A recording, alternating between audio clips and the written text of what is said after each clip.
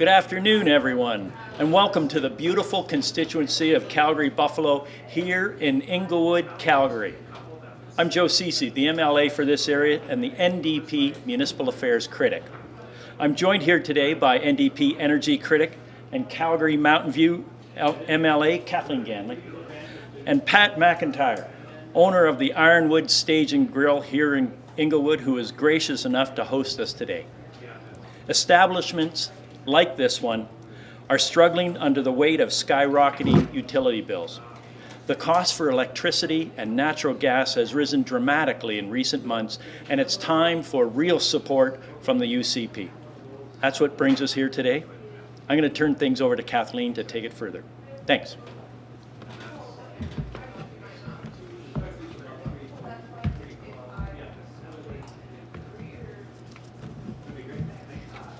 Thanks, Joe. And thanks so much to Pat for hosting us at your beautiful establishment.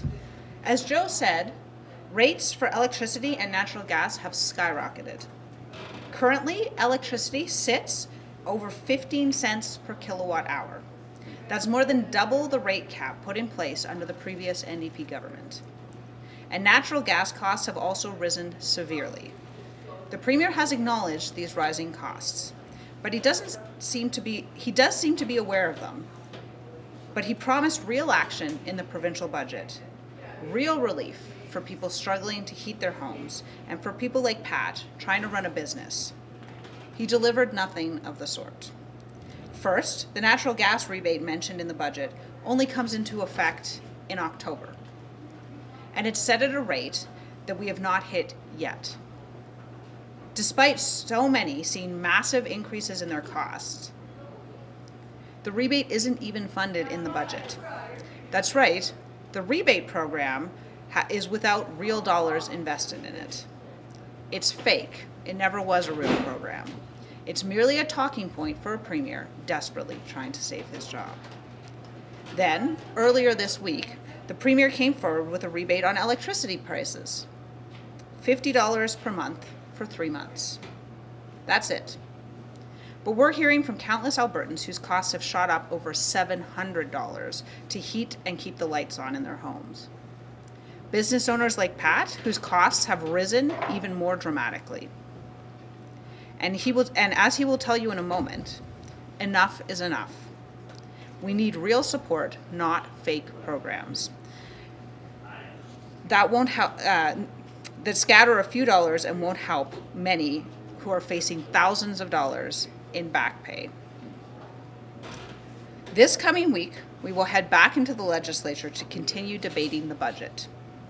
I will also be sitting down for estimates directly with the Minister of Energy and the Associate Minister of Electricity. And I will be demanding that they amend their budget to provide real relief that is long past due. These utility prices come on top of $1 billion sneaky tax increases through the Premier's bracket creep scheme, one he made a career off railing against in the federal government in the 90s. These utility prices come on top of increases to tuition, car insurance costs, and even camping fees. And all those increases come as a direct result of policy decisions made by this UCP government. They don't seem to understand what's facing Albertans, or they simply don't care.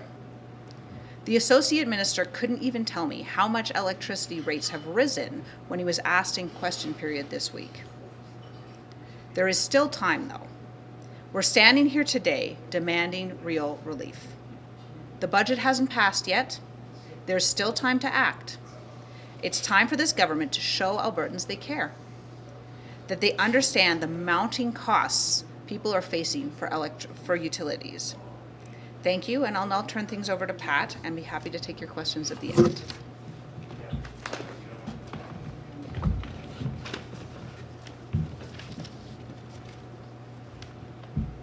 Hi, it's great to be here with everyone today, and thanks a lot for drawing attention to a matter that's affecting everyone in Alberta these days. And getting through 2 years of a pandemic is it's been challenging for all the businesses and basically everybody. So getting to the end of this, it would be a shame to see businesses go down because of some ineptitude and paying attention to the bottom line here, which is already prices are skyrocketing across the board for all businesses. And to see our utility bills go up by 30% at the end of this, it would be, remiss of the government not to find a way to regulate what they can regulate instead of, there's nothing they can do about the price of milk. But these are real actions that can be taken. And having that go by the wayside and not pay attention to it and let it slip by and have this continually happen to businesses. This is a time where we need the support in order for us to make it through this next phase, which is trying to get back to normal and trying to get our numbers to where they are. The margins are already tight. They were tight before the pandemic. They're getting tighter now. And just because we made it through does not mean that there's a switch that was flicked and business is back to normal and profit is starting to come through the doors. Right now, this is the time we need the support of the government to regulate the things that they can regulate and help us all survive this next wave. And it's not a pandemic wave, it's a pandemic of necessity in order to keep these businesses alive, keep people employed, and help out homeowners and everyone across the board to sustain themselves and make it through this next wave. So thanks a lot for drawing attention to it, and I appreciate it. Thanks for drawing attention to it.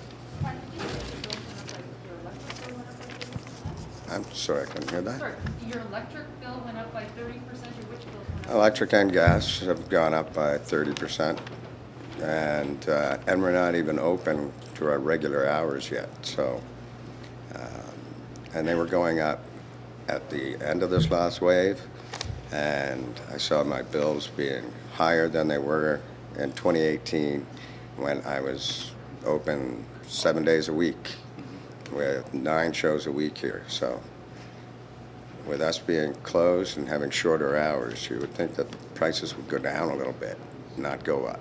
So Up 30% since when? I'm sorry. When has it gone up 30% since when? Since it's been going up for the past year, and I hadn't noticed any decrease in it with the shortened hours. So now that we're open a lot more than we were during the pandemic, now it's really showing its true effect on the business.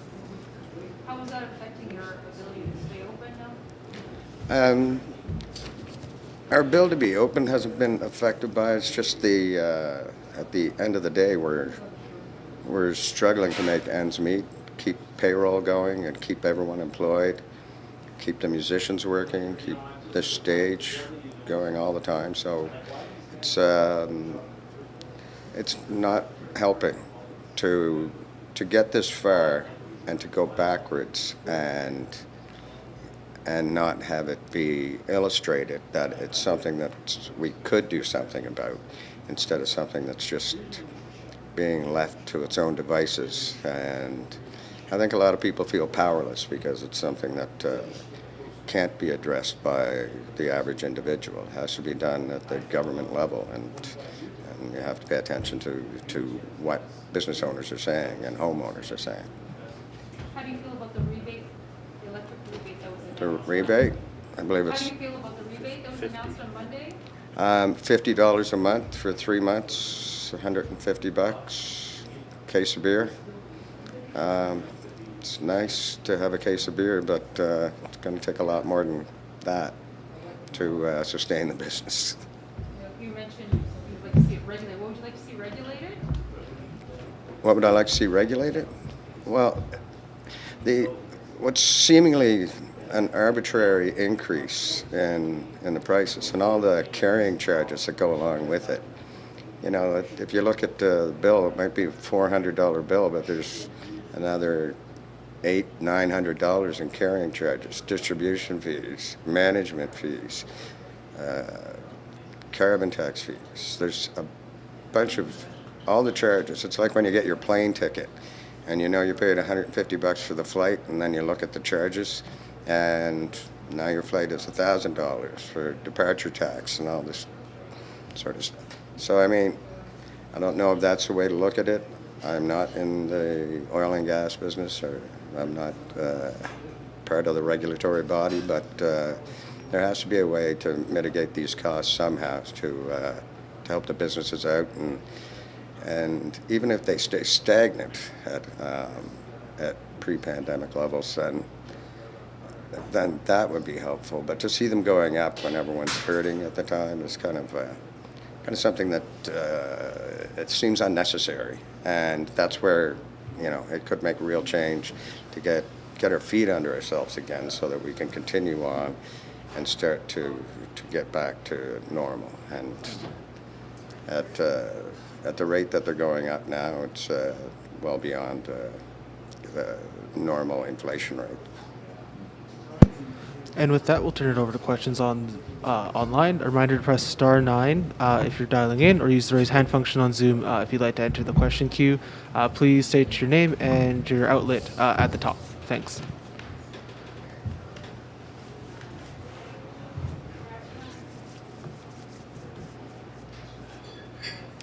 And just taking another pass for questions online. Again, a reminder to press star 9. We have a question. I'll read it to you.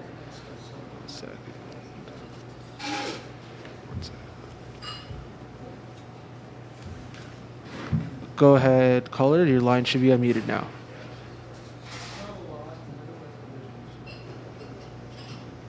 Can you all hear me now? Now. Yes, yeah.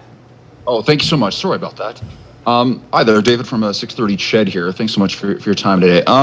Question for both members, CC and Ganley. I think there used to be announced a program for fuel tax relief in this province, and obviously with utility costs going up and inflation, would you be open to seeing some sort of pools that businesses could access funding from, or some sort of tax relief program that's rolled out over the course of time that would give businesses a bit of a break as they do move their way out of COVID-19?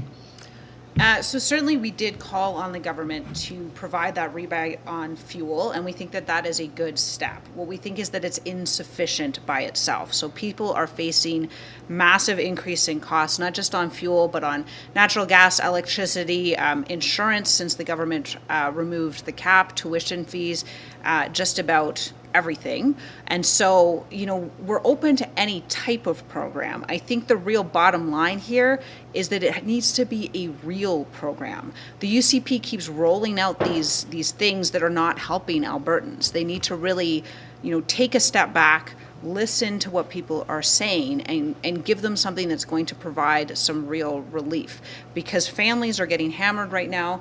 Businesses are struggling to remain open. Businesses that have struggled, for the last 2 years under the pandemic, and so, we're open to different policy alternatives. We just want something that's actually going to have a meaningful impact in people's lives. Do you have a follow-up? No, that'll do it on mine. Thank you so much for your time. Awesome. And again, just taking another pass for questions online. A reminder to press star 9 over the phone, or use the raise hand function on Zoom. And seeing none, that concludes today's press conference. Thanks, folks. Thanks. Real relief, is it bigger rebates, or is it capping electricity prices again? Like what is real relief to you? So with electricity, you could certainly look at capping rates. You could also look at, doing some sort of rebate program or reverse rate rider.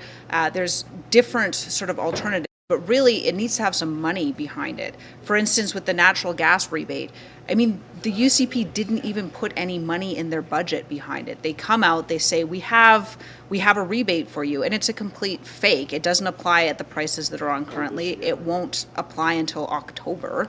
And they know it's not going to apply because they didn't apply dollars to it in the budget. So I think real relief needs to come with some sort of real money behind it. What in your mind would be an adequate amount, if $150 is? Yeah, I think so. The Albertans we're talking to are seeing their costs go up hundreds of dollars. So what I really think the government needs to do is go out there, talk to some folks about what they're experiencing and what would be helpful to them, and design a program on the basis of that. So you don't have to figure yourself that you Well, the prices are going to continue to potentially go up or potentially go down. It's difficult to predict exactly what's going to happen, but it would have to sort of be tied to what those costs are and what families are experiencing. And in terms of bringing the cap back in?